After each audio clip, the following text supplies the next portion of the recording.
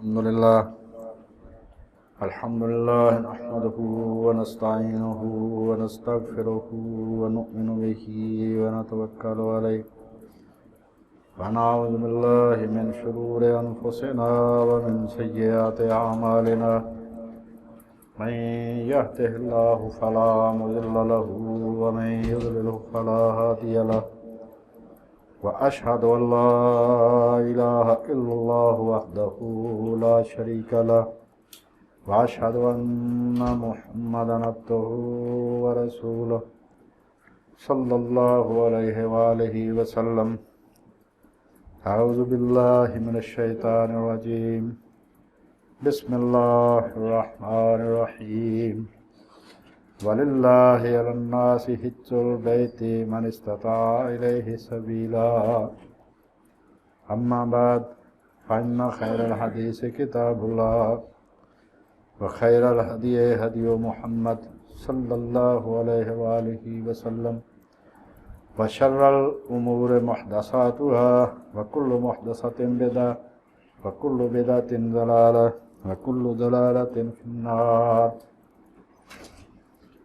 سورہ آل عمران تیسری صورت 97 نمبر آیت 97 نمبر آیت اس کا ایک حصہ میں نے پڑھا کہ اللہ پاک نے فرمایا لوگوں پر اللہ کا حق ہے کہ جو اس کے گھر تک جانے کی طاقت رکھے وہ اس کا حج کرے. آج حج کا دن ہے. حج ہو رہا ہے آج 8 جولائی 2022 اور حسن اتفاق کے جمعے کا دن ہے. جو وہاں پر گئے ہیں اللہ پاک ان کا قبول فرمائے اور جو نہیں گئے اللہ پاک ان کو ہر سال جانے کی توفیق عطا فرمائے، موقع دے اور ہر سال حج عطا فرمائے، ہر سال رمضان کا عمرہ، رجب کا عمرہ، باقی عمرے عطا فرمائے. تو ہمارے لحاظ سے تو ہمارے لیے بڑا مشکل ہے، لیکن اس کے کرم جب ہو جائے گا تو پھر کوئی مشکل نہیں رہے. تو ہمارے ہاں پاکستان سے عموماً حج پر بوڑھے لوگ جاتے ہیں. اب تو کافی سالوں سے یہ رواج ہے کہ نوجوان ماشاءاللہ جا رہے ہیں اور خاص طور پر کاروباری نوجوان. تو عام طور پر ہمارے یہاں سے بوڑھے جاتے ہیں. تو کسی بوڑھے نے یہ شعر کہا تھا کہ زندگی اس کو آخری عمر کو ناکارہ عمر کہا جاتا ہے، بڑھاپے کی عمر کو ناکارہ زندگی کہا جاتا ہے. آدمی کچھ بھی نہیں کر سکتا. زندگی کی شام اور ارض مقدس کا سفر، یعنی اب شام ہی آ گئی نا جی. ایک آدمی عبدالحق ودیارتھی تھا، ہندو سے مسلمان ہوا، اپنی طرح سے ہو گیا مرزائی بیچارہ لاہوری. وہ تو مسلمان ہی سمجھتا تھا خود کو. اس نے جو کتاب لکھی اس میں اس نے لکھا کہ عید آئی مگر شام کو، یعنی زندگی کے آخری حصے میں نے اسلام قبول کیا بقول اس کے. حالانکہ وہ بیچارہ غلط راستے پر آسمان سے گرا اور کھجور میں اٹک گیا. بہرحال زندگی کی شام ہے یہ بڑھاپا. تو زندگی کی شام اور ارض مقدس کا سفر، عمر ناکارہ کا یہ حصہ تو کام آ ہی گیا. عام طور پر اس عمر میں کوئی آدمی کام نہیں کر سکتا، لیکن جب حج پر جاتا تو یہ حصہ بھی کام آ جاتا ہے. تو حضرت علامہ اقبال رحمۃ اللہ علیہ وہ فرماتے ہیں کہ بائیں پیری رہے یسرف گرفتم، کہ میں نے بڑھاپے میں مدینے کا سفر شروع کیا ہے، اس کی راہ پر میں نے چلنا شروع کیا، یعنی مدینے کو جا رہا ہوں بڑھاپے میں. نوا خاں سرور عاشقانہ، اور محبت سے پیار کے نشے میں نغمے گاتا جا رہا. چواں مرغے کہ در صحرا سرے شام، اس پرندے کی طرح جس کو صحرا میں شام ہو گئی کہ شاید پر بفکر آشیانہ، اور وہ پھر شام کو اپنے پر کھولتا تاکہ اپنے گھونسلے کی طرف واپس جائے. تو یہ بڑھاپے میں مکہ جانا، مدینہ جانا ایسے ہی ہے جیسے کوئی وہاں پر پرندہ اپنے گھونسلے کی طرف جائے شام کو. تو مثابۃ للناس کعبہ شریف کو کہا گیا ہے لوگوں کے لیے. سب لوگوں کا وہ ہے جو مان لیا جنہوں نے وہ مسلمان کہلایا، جو نہیں مانے وہ نہیں جاتے. تو اس کو مثابۃ للناس فرمایا گیا، بار بار لوٹ کر آنے کی جگہ. وہ کہیں بھی گیا لوٹا تو میرے پاس آیا والی بات ہے. وہ مثابۃ للناس اللہ پاک نے قرآن مجید میں فرمایا کہ یہ کعبہ جو ہے وہ لوگوں کے بار بار لوٹ کر آنے کی جگہ ہے. لہذا جس کو اللہ توفیق دیتا ہے اور وہ جاتے بھی ہیں کچھ تو ایسے خوش نصیب ہیں کراچی کے تاجر جن کا وہاں پر کاروبار ہے، تو وہ ہر جمعرات کو وہاں پر جاتے ہیں، اپنی گرائی بھی کر آتے ہیں اور عمرہ بھی کر آتے ہیں، جمعہ بھی ادھر ہی پڑھتے ہیں، تو جس کو اللہ دے۔ تو یہ جو پنجابی میں اس بات کو ایسے کہا گیا کیونکہ اس کا مطلب یہ ہے کہ جس کا حج قبول ہو گیا اس کو جنت اس کی انشاءاللہ تعالیٰ مل گئی، اس کے گناہ معاف ہو گیا، وہ جنت کا حقدار ٹھہرا۔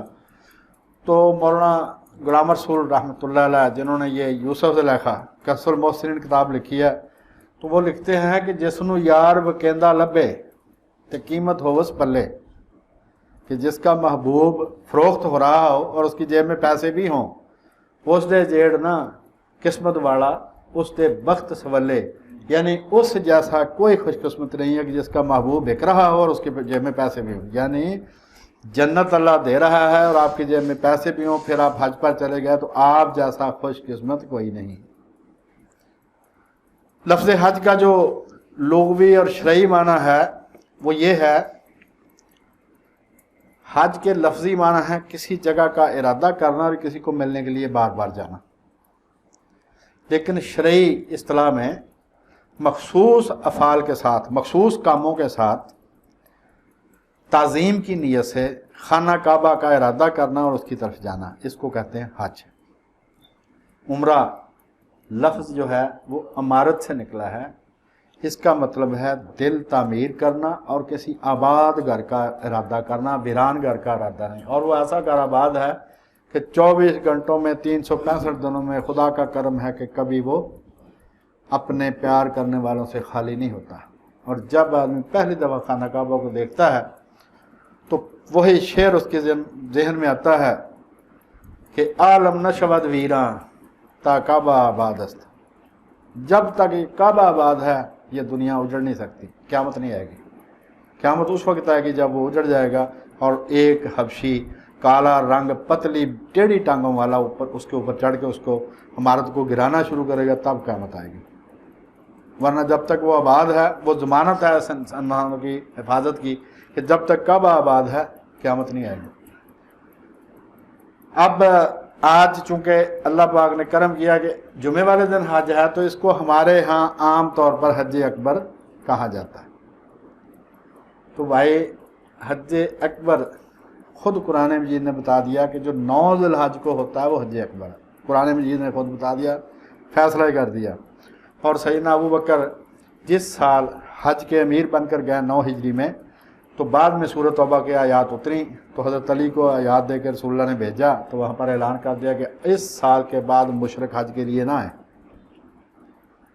تو اس سال خود سیدنا ابو بکر تو امیر حج تھے، باقی تینوں خلفاء راشدین اور دوسرے صحابہ سے یہ روایت ہے کہ حج اکبر سے مراد 9 ذی الحج والا حج ہے، اور حج اصغر چھوٹے حج سے مراد عمرہ ہے۔ لہذا یہ کہنا کہ جمعے والے دن جو حج ہے وہ حج اکبر ہے، یہ درست نہیں ہے۔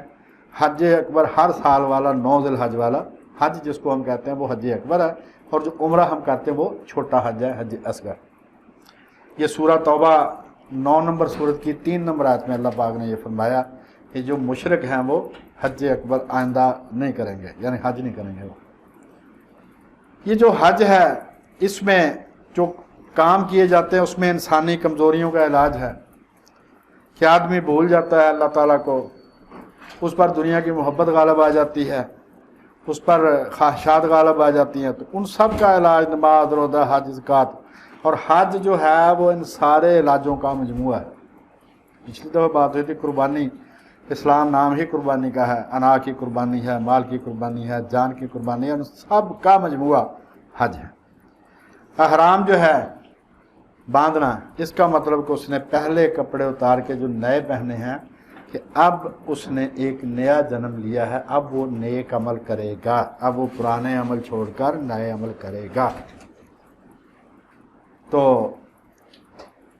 وارث شاہ نے ہیر میں لکھا ہے یہ جو احرام باندھنا ہے کہ وارث شاہ میاں سنیار وانگوں جٹ پھیر مر پن کے گاڑے، سنیارے کے پاس آپ زیور لے جاتے ہیں، اس کو وہ آگ میں ڈال دیتا ہے، اس کو گلا کے ایک نیا زیور بنا دیتا ہے۔ تو یہ ہے احرام کہ پہلے کپڑے اتار دیے، یعنی پہلے والے برے اعمال چھوڑ دیے، اب نیا جنم اس نے لیا ہے۔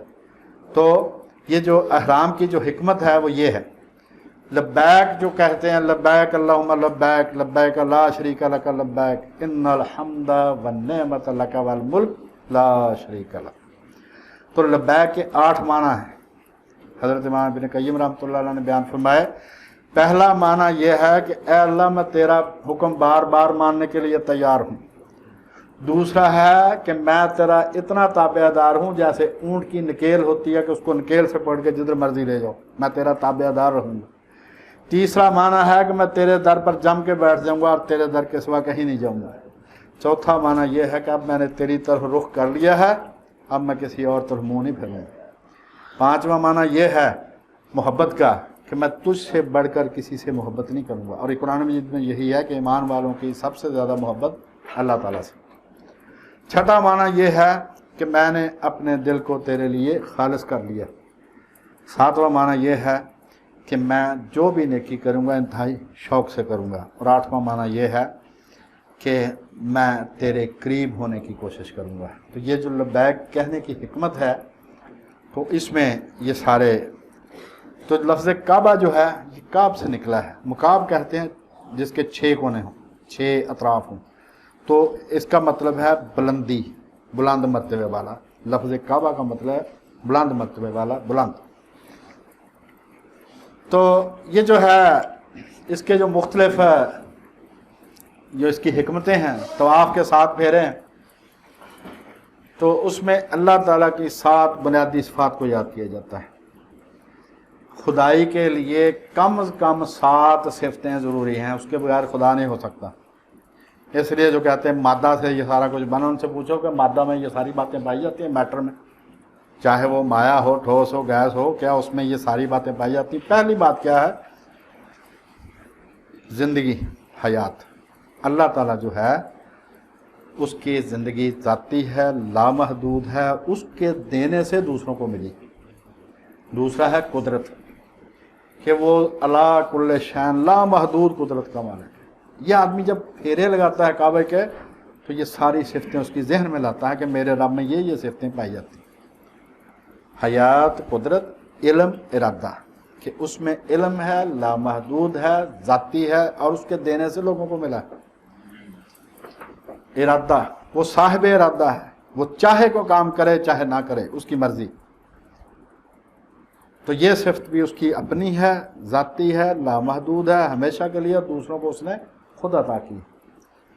سمع، بصر، کلام، کہ وہ سنتا ہے، وہ دیکھتا ہے، وہ کلام فرماتا ہے، یہ ساری صفتیں اس کی ذاتی ہیں، لامحدود ہیں، اور اس کے عطا کرنے سے دوسروں کو ملی ہیں۔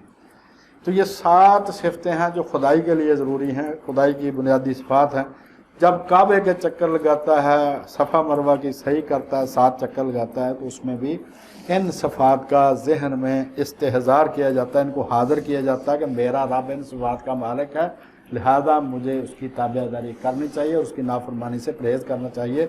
وہ میرے سارے کاموں کو دیکھ بھی رہا ہے، اس کے علم میں ہے، وہ سارے اس کی قدرت میں بھی ہوں میں۔ تو اللہ تعالیٰ سے ڈر کے زندگی گزارنے کا آدمی وہ سوچتا ہے۔